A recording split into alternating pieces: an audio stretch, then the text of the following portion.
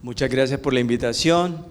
Bueno, espero que en los siguientes minutos hagamos una relación de este tema con su experiencia y la experiencia pues de nosotros los clínicos. Creo que es así. Muy bien, este es el derrotero que voy a seguir de la charla. Vamos a hablar ahí de algunos aspectos del metabolismo de las lipoproteínas, de la evaluación clínica del laboratorio y algunas conclusiones. Entonces, a lo largo de nuestra evolución de simio a hombre, hemos realizado una gran cantidad de actividades que con el tiempo han ido cambiando y que hoy nos muestran al hombre moderno, más sedentario, con una dieta distinta a la que teníamos antes. Y vemos aquí cómo han cambiado los niveles de colesterol en el tiempo. Si lo comparamos con los simios, con diferentes, incluso con neonatos, vemos que hoy tenemos un hombre moderno con unos niveles de colesterol que se han aumentado en el tiempo.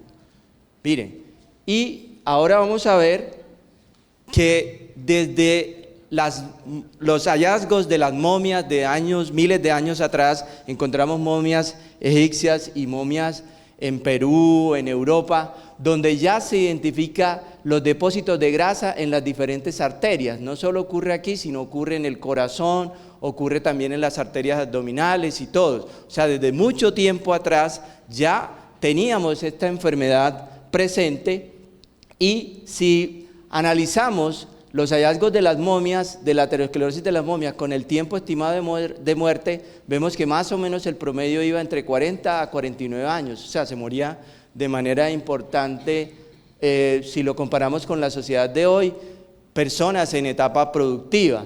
Y aquí se ve la complejidad o los lechos vasculares comprometidos, que leve había una gran mayoría de los casos y moderado a grave, menor. Pero miren que ya eso viene desde mucho tiempo atrás, incluso desde que nacemos comienza a formarse la estría grasa de depósitos de la enfermedad aterosclerótica. Entonces, vemos aquí la evolución de la enfermedad cardiovascular en el tiempo y vemos que ella se ha posicionado como la primera causa de muerte en el mundo. O sea, la enfermedad cardiovascular es la que nos mata a los seres humanos, y si hacemos una proyección en el tiempo, vemos que en los países de alto, mediano y bajos ingresos la enfermedad cardiovascular sigue siendo la más importante, pero llamo la atención aquí que la enfermedad cardiovascular en los países de medianos y bajos ingresos está en incremento. O sea que vamos a tener un impacto en la productividad de nuestros países y en los costos de los servicios de salud en el tiempo. Si nos ponemos a mirar cuál es el villano de esta película, analizamos en diferentes estudios que muestran que la enfermedad cardiovascular está asociada a los niveles de colesterol LDL. El LDL se ha demostrado que si nosotros reducimos 1 milimol por litro, que es equivalente a 38 miligramos por decilitro de colesterol, reducimos la mortalidad cardiovascular en un 21% y en un 9% la mortalidad por todas las causas en el mundo. Y aquí vemos en esta gráfica que los niveles de colesterol que hoy consideramos normales no necesariamente son normales. ¿Qué pasó ahí? No necesariamente son normales. Miramos aquí cómo se ve una curva que no es en J, sino que en la medida en que bajan los niveles de colesterol tenemos menos riesgo de muerte cardiovascular. Y aquí es, como diría un amigo director técnico, perder es ganar. Entonces, bueno, en cuanto a la parte del metabolismo de la lipoproteína, recordemos que el proceso de la arteriosclerosis se da por unas capas de las arterias que tenemos 3 aquí, la íntima, la media y la adventicia, y que esa capa está en relación, la parte más íntima está en relación con el torrente circulatorio. Cuando ocurre una serie de factores irritantes como son el tabaquismo, la dislipidemia, diferentes otros factores genéticos y la cantidad de lípidos elevados, o sea, LDL elevado, produce, sobre todo en los lechos arteriales donde hay bifurcación, lo que le llaman un shear stress, o sea, un estrés de la capa más íntima de las arterias, y eso produce un proceso inflamatorio que activa una serie de moléculas de adhesión que se encuentran en el endotelio y hacen que se incorpore los lípidos como el LDL a la parte subíntima de esa capa más interna, y allí se produzca una migración o una incorporación también de las células inflamatorias como los monocitos, que ellos cuando llegan acá se transforman en macrófagos y fagocitan esos lípidos y producen lo que se llaman las células espumosas.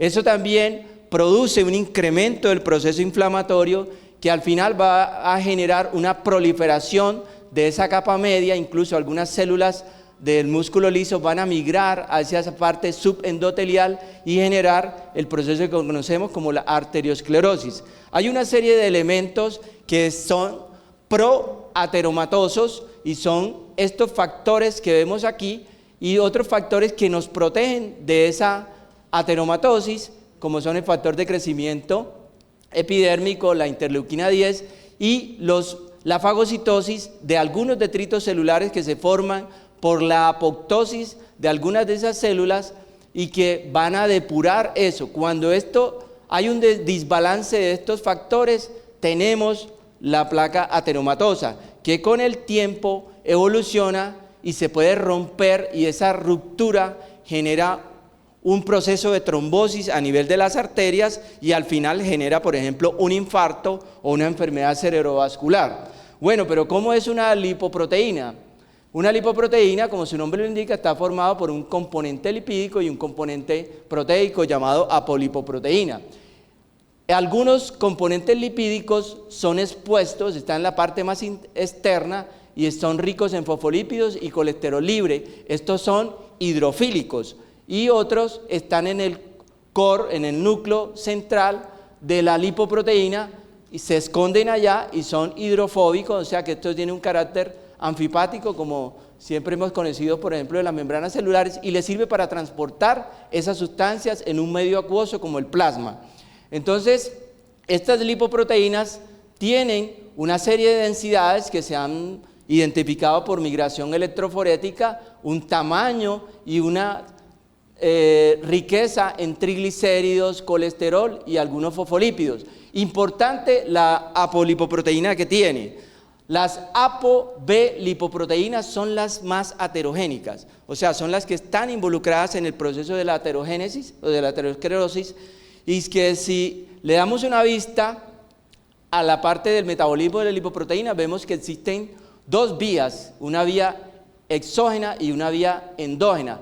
La vía exógena, que comienza cuando nosotros ingerimos algo en la dieta, se transforma en kilomicrones cuando pasan por los enterocitos. Esos kilomicrones son ricos en apolipoproteína B48, que sufren el efecto de la lipoproteína lipasa y se dividen en dos moléculas, una que es un remanente de kilomicrón que es captado por el receptor ApoE por el hígado, y otro que pasa a los depósitos de los tejidos periféricos como son el músculo o el tejido adiposo, o son utilizados ahí.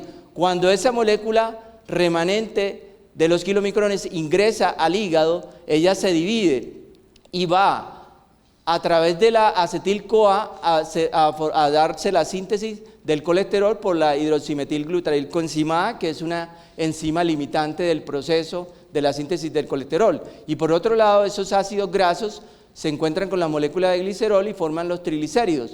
Al final, el colesterol por la acetiltransferasa se forman en ésteres de colesterol que se unen con los triglicéridos y al final forman la VLL. Esa VLL sale a la circulación sistémica y por medio de la acción de la lipoproteína lipasa pasa a la molécula de LL intermedia y después al final por la lipasa hepática se forma la molécula de LL. Esta toma tres vías, una a los tejidos periféricos de gran demanda como son las glándulas adrenales, los testículos y los ovarios, que forman las hormonas sexuales. Por otro lado, el aumento de esas LL permite que éstas se depositen en la arteria, como ya lo expliqué, y la otra vía que coge es que llega otra vez al hígado y es captada por el receptor de LDL, es internalizada por moléculas de clatrina y al final sufre la degradación por los lisosomas y al final esto libera colesterol y el círculo se vuelve otra vez a dar.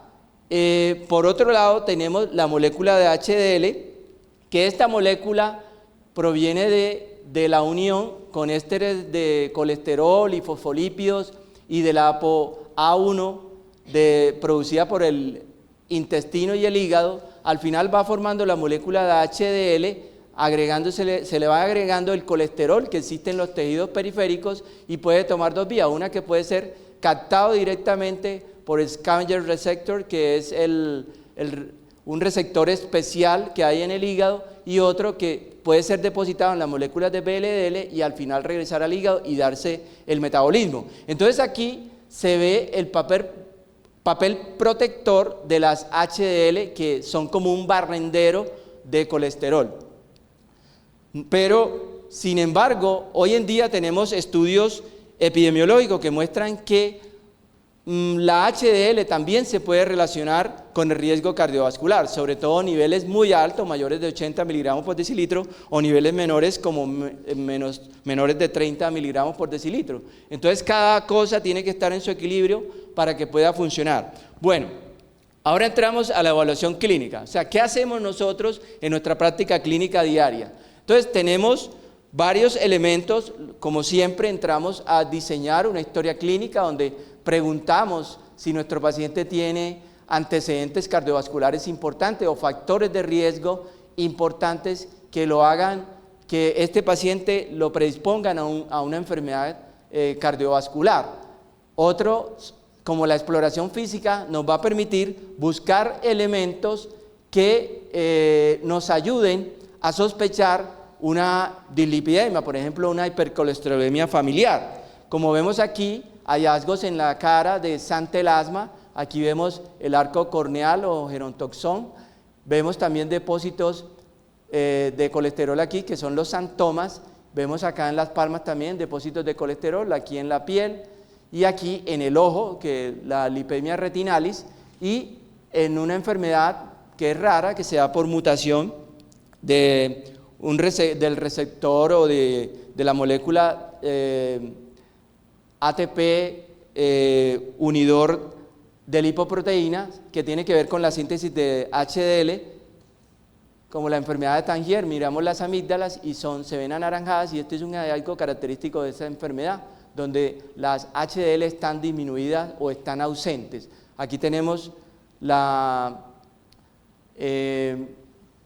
angioitis pigmentosa, retinitis pigmentosa, perdón, aquí están acantocitos y aquí tiene que ver con la lipemia retinalis. Entonces, en aquellos pacientes que les sospechamos una hipercolesterolemia familiar, hoy en día contamos con una herramienta que es el score de Holanda, y tenemos en cuenta elementos de la familia, datos personales del paciente y algunos datos de laboratorio, y de acuerdo a la puntuación nosotros podemos decir: este paciente tiene una hipercolesterolemia familiar y se beneficia de unas terapias que contamos hoy día. Entonces, ¿cómo relacionamos esos hallazgos clínicos con el laboratorio? Tenemos el perfil lipídico básico, que ya nosotros los conocemos, y que a través de utilizando la fórmula de Friedewald, que se diseñó por allá en 1972, hacemos el cálculo indirecto de los niveles de LDL colesterol. Esos niveles de LDL colesterol pueden estar subestimados o sobreestimados dependiendo de los niveles de triglicéridos. Si hay niveles de triglicéridos por encima de 400, esta fórmula es errática, entonces no deberíamos utilizarlo. Sin embargo, hoy por hoy, los estudios han mostrado que aquellos pacientes que tengan LDL menores de 70 o niveles de triglicéridos mayores o iguales a 150, ya esa fórmula se comienza a tambalear.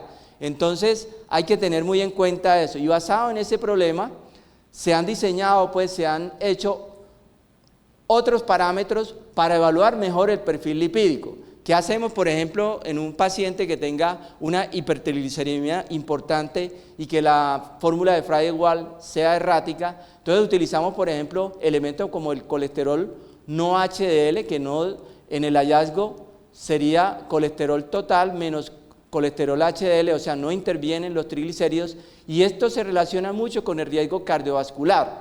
Y esto lo podríamos tener como meta, teniendo en cuenta el LDL meta del paciente. Por ejemplo, si es un paciente de muy alto riesgo cardiovascular y tiene un LDL meta de 55 o menos, yo calculo el colesterol no HDL, esta diferencia, y a lo que me dé le sumo 30.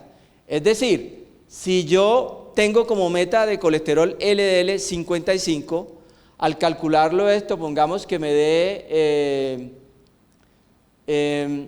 por ejemplo 30 o 40, le sumo 30 más y ese sería mi meta. O sea, si la meta era 55, le sumo 30, sería 85. Ese sería el colesterol LDL que yo voy a correlacionar para riesgo cardiovascular de mi paciente.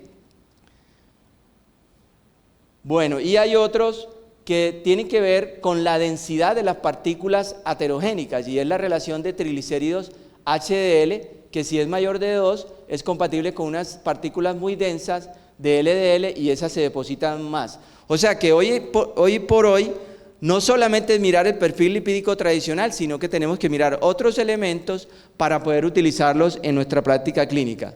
Bueno, aquí les quiero mostrar cómo es la relación que en la medida en que suben los triglicéridos comienza a modificarse el valor del LDL. Por eso la fórmula de Friedewald es alterada en el cálculo cuando varían esos niveles de triglicéridos.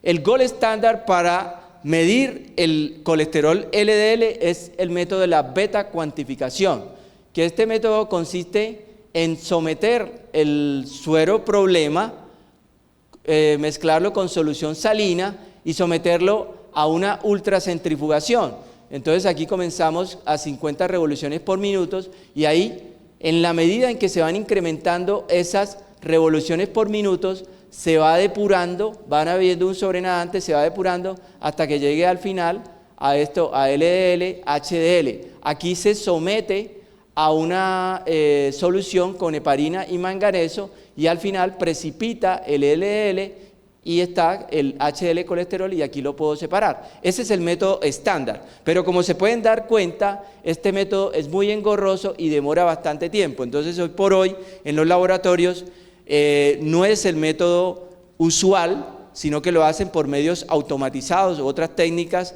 y también si nosotros queremos ser un poquito más precisos hasta el momento, podemos pedirle, por ejemplo, al laboratorio como la CDC de los Estados Unidos para que nos valide la beta cuantificación.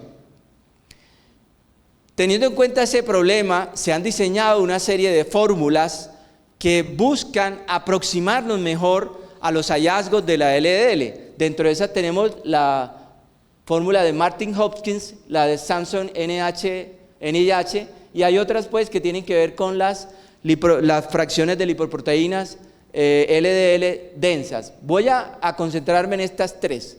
Para ver, vamos a hacer una correlación entre ellas. Quiero mostrarles este estudio que se hizo publicado en el JACC, se hizo en Estados Unidos con un registro pues que ellos tienen allá bastante grande, y evaluaron la discordancia que hay entre las diferentes fórmulas que tenemos actualmente, la fórmula de Friedewald, la fórmula de Martin Hopkins y la fórmula de Sampson. Se encontró que si nosotros hacíamos mediciones con Friedewald, Sampson y Martin, miren que por ejemplo con Friedewald, esta es la cantidad de gente que quedaría fuera del beneficio del tratamiento con estatinas por una subestimación del riesgo. Es decir, que con esa fórmula, si nosotros se la aplicamos a nuestros pacientes, podríamos dejar por fuera del beneficio de tratamientos con estatinas a muchos pacientes. O sea, esa fórmula es imprecisa en la práctica clínica, sobre todo a mayores valores de triglicéridos, ¿verdad? Entonces, mientras que Sampson y Martin y Hopkins dejan menos personas por fuera. O sea que nosotros en nuestra práctica tenemos que evaluar las diferentes fórmulas para no dejar por fuera a mucha gente que se pueda beneficiar de los tratamientos y reducir el riesgo cardiovascular. Miren aquí la parte global, la discordancia que hubo. Y hablan en el estudio que pueden haber diferencias que van desde 10 a 20 miligramos por decilitro. La menos precisa fue la fórmula de Friedewald, la que mejor rendimiento tuvo fue la de Martin y Hopkins, y la que se aproximó a Martin y Hopkins fue Samson. Entonces hoy por hoy se promueve mucho esta fórmula, la fórmula de Martin y Hopkins. Bueno, cuando nosotros estamos evaluando a un paciente en nuestra consulta, tenemos que evaluar el riesgo cardiovascular, y esto lo hacemos por diferentes fórmulas. Las que están en colorcitos son las que han sido validadas en nuestro país, en Latinoamérica, Framingham, y recientemente la ASCVD-RIS, que es una fórmula de Estados Unidos. Quiero ejemplificar este conocimiento con casos clínicos de nuestra práctica. Por ejemplo, tenemos aquí un paciente de 59 años que llegó a consulta para un chequeo general. Él era fumador, desde los 18 años acumuló un IPA de 20 años paquete y dejó de fumar a los 18 años antes. Este paciente tiene consumo de licor social, se toma su aguardientico cada 15 días o semanal, no hace ejercicio, tiene un hermano de 63 años que tuvo un infarto y la madre tiene diabetes. Al examen físico lo encontramos con una talla de 177 centímetros, un peso de 95 kilogramos, calculando el índice de masa corporal, edad de 30, o sea, de obesidad, y tiene una tensión arterial en rangos de hipertensión. La circunferencia abdominal era de 109. Si nosotros utilizamos esos hallazgos, pedimos un perfil lipídico y calculamos el LDL en 116. Al utilizar una de las fórmulas de riesgo, de evaluación de riesgo, como la ACCB-RIS, miramos lo siguiente. Vemos que estos son los parámetros que metemos ahí en esa calculadora de riesgo que es gratis, y calculamos el riesgo y vemos que este paciente tiene un riesgo del 13%. Esa calculadora nos lo lleva a que este paciente tiene un riesgo intermedio, es decir, que a 10 años este paciente tiene un riesgo de presentar un evento cardiovascular del 13%, cuando debería estar por aquí o más bajo de aquí. Entonces, ¿qué decisión tomamos con ese hallazgo? Miramos esta parte y vemos que nuestro paciente se ubica en este lado y vemos que nuestro paciente se puede beneficiar del uso de estatinas para reducir el LDL entre un 30 a un 49%, y con esto se reduce el riesgo cardiovascular. Veamos otro caso. Ya este es un paciente que no te llegó al chequeo, sino que te llegó con un infarto. Entonces tenemos un joven de 40 años con infarto agudo del miocardio, con elevación del ST, que tiene antecedentes de dislipidemia y es fumador. No estaba en tratamiento para la dislipidemia, se le hizo un cateterismo y se le encontró que tenía compromiso de 2 vasos, un trombo aquí en la descendente anterior y una enfermedad arteriosclerótica en la coronaria derecha. Se le puso un stent en 2 tiempos a cada arteria y se le hizo el perfil lipídico completo, y estos son los hallazgos que ustedes ven ahí. Miren que tiene unos triglicéridos siempre alticos, el LDL es alto y el colesterol total es alto. Se le midió lipoproteína A y estaba en 90. De esta lipoproteína va a hablar mi compañero el doctor Carlos Martínez, no le voy a mencionar nada de esto, y calculamos otros elementos que nos pueden servir para evaluar el riesgo de este paciente de manera más completa. El colesterol no HDL, que daba 201, que recuerden que en este paciente de muy alto riesgo cardiovascular los niveles de colesterol no HDL deberían estar por debajo de 85, y si tenemos la oportunidad de medir la lipoproteína B, que recuerden que se relaciona con el riesgo cardiovascular, en este caso se le midió 188 y la relación triglicérido-HDL le da más de 2, o sea que hay una gran carga de lipoproteínas aterogénicas en nuestro paciente. Entonces, ¿cuál sería el tratamiento más apropiado para este paciente? Entonces tenemos que le ponemos en las guías, dicen, pues la antiagregación dual, un IECA o un ARA2, betabloqueadores que disminuyan la mortalidad. ¿Y cuál sería el tratamiento hipolipemiante? Tenemos muchas moléculas en el mercado, cada una reducen el LDL en esta proporción. Si nosotros tenemos a un paciente de muy alto riesgo, como este paciente que se infartó, el tratamiento estaría aquí. El tratamiento sería con estatinas de alta intensidad y ezetimiba y la adición de un inhibidor de PCSK9, que esas moléculas también las tenemos aquí en Colombia, ¿ya? Las guías colombianas indican que debemos iniciar por aquí, pero ya sabemos que este paciente es de muy alto riesgo cardiovascular y con el LDL muy elevado, probablemente nos vamos a quedar corto y tenemos que agregarle esta terapia triple. Entonces, a este paciente lo tenemos que manejar en un grupo multidisciplinario. Llegó, se manejó por hemodinamia en la UCI coronaria, se le hizo el manejo en la hospitalización y luego se pasa a rehabilitación cardíaca, a la evaluación por cardiología de manera ambulatoria y el seguimiento por el médico de atención primaria. En el abordaje se debe ayudar al paciente a dejar el tabaquismo, se debe reforzar la adherencia al tratamiento y un entrenamiento físico y un seguimiento psicosocial, porque muchos de estos pacientes no sienten nada y abandonan las terapias e incluso pueden tener un componente emocional.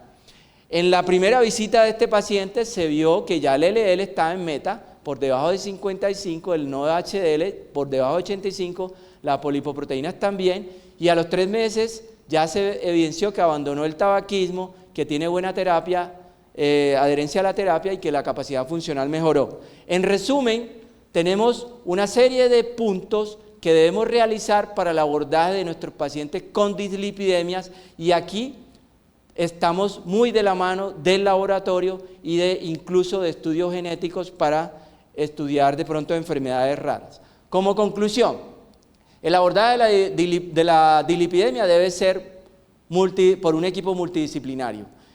El perfil lipídico básico tiene algunos puntos débiles que se pueden fortalecer con otros parámetros que nos permiten aproximarnos de manera adecuada a los pacientes. Y en el futuro se deben refinar los conocimientos de la fisiopatología, de la enfermedad cardiovascular y promover más la prevención. Bueno, muchas gracias.